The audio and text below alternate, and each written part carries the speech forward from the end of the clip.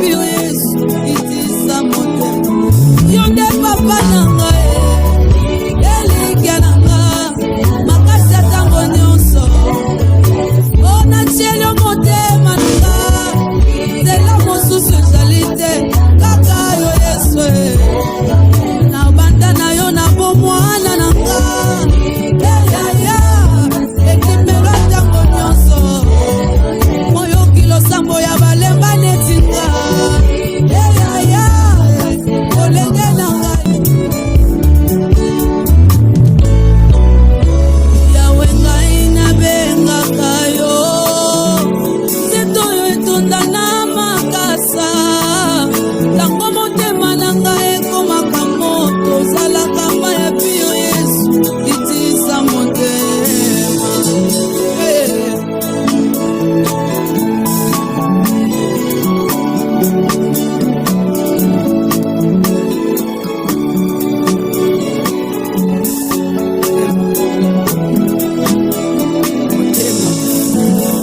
yawe ngai nabengaka yo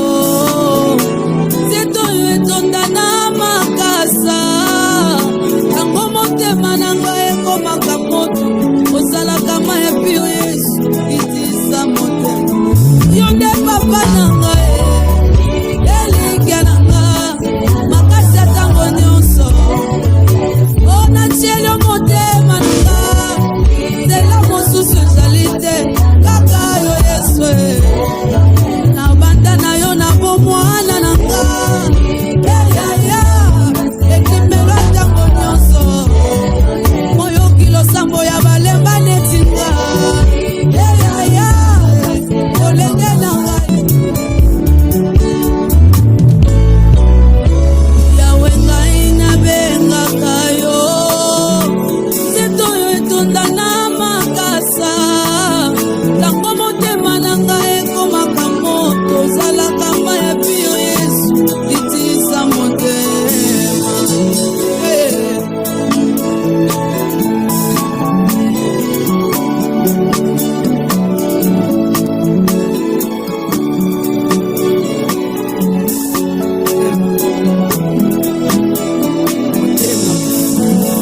yawe ngai nabengaka yo nzeto oyo etonda na makasa ntango motema na ngai ekomaka moto ozalaka mai epi yo Yesu itisa motema yo nde papa na ngai elikia na nga makasi atango nyonso ona tielio motema na nga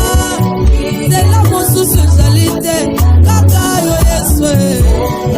na banda na yo na bomwana na nga eyaya ekimelo ntango nyonso moyoki losambo ya balemba netinga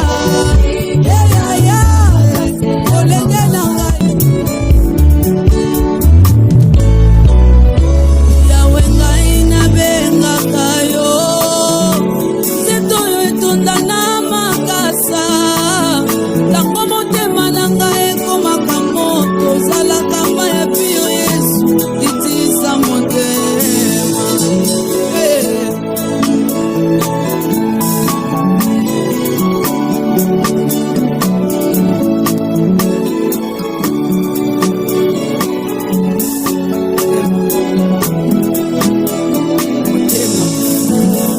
yawe ngai nabengaka yo nzeto oyo etonda na makasa ntango motema na ngai ekomaka moto ozalaka mai epi yo Yesu itisa motema yo nde papa na ngai elikia na nga makasi atango nyonso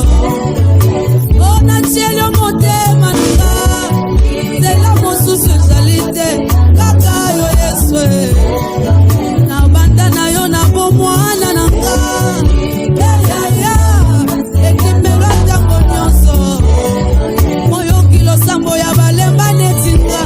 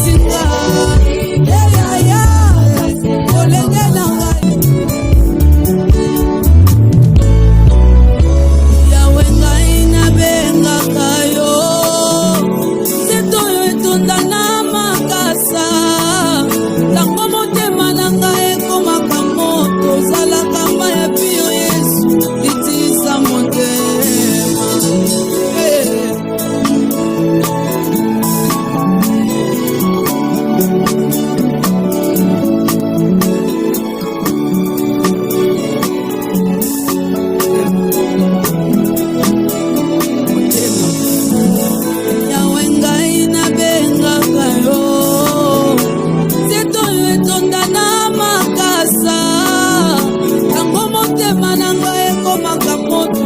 osalaka ma ya pio Yesu itisa motema yo nde papa na ngai elikya na nga makasi ya ntango nyonso onatieli yo motema na nga nzela mosusu ezali te kaka yo Yesu na banda na yo na bomwana na nga eyaya ekimelo ntango nyonso oyoki losambo ya balemba netinga eyaya olenge na ngai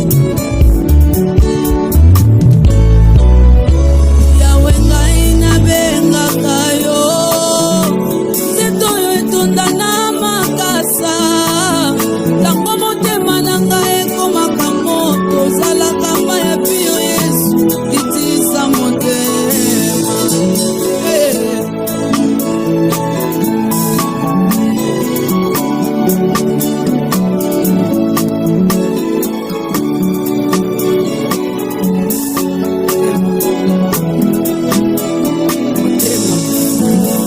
yawe ngai nabengaka yo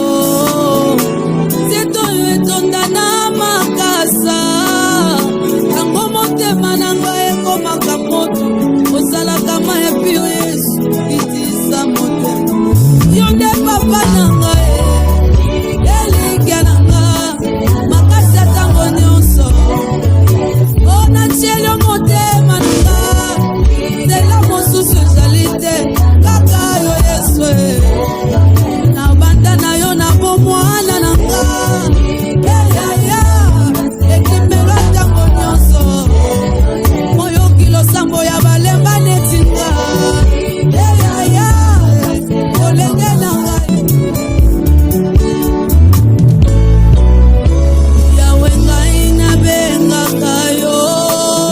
nzeto. Bonjour la famille ezali Maman Joséphine liboso na bino aye ko présenter bino ba produit ya aloe vera living product ba produit oyo eza ba complément alimentaire eza biloko ya kolia eza ba vitamine na biso oyo ezosunga biso pona ba santé produit oyo eza liboso na biso na ye ko présenter biso bandeko et aider ngai pona problème ya ménopause na umeli na problème ya ménopause et déranger nga makasi parce que ménopause ezali manque ba hormone alors ba hormone nga esilaki nde eyaki ko causer nga problème ya tension et causer nga ba problème ebele na nzoto maux de tête oubli na komaki na oubli moko kosaka nango te insomnie nzoto pasi ba bouffée de chaleur et yaki kisusu ko créer nga problème ya nerf sciatique na bade ko koka kotambola te ko mouver te ko gumbama te mais sikoyo na komi très bien à travers ba produit oyo